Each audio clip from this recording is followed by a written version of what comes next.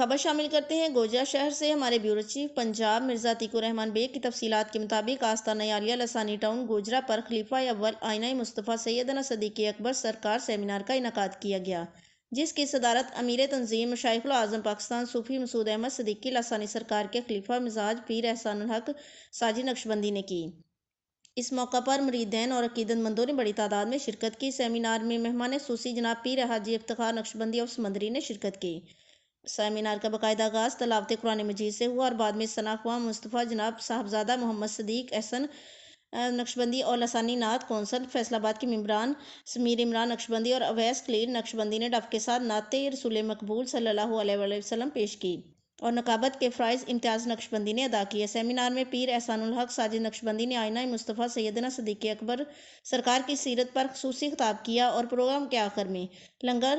شریف تقسیم کیا گیا اور ملک و قوم کی سلامتی کے لیے دعا فرمائی گئی۔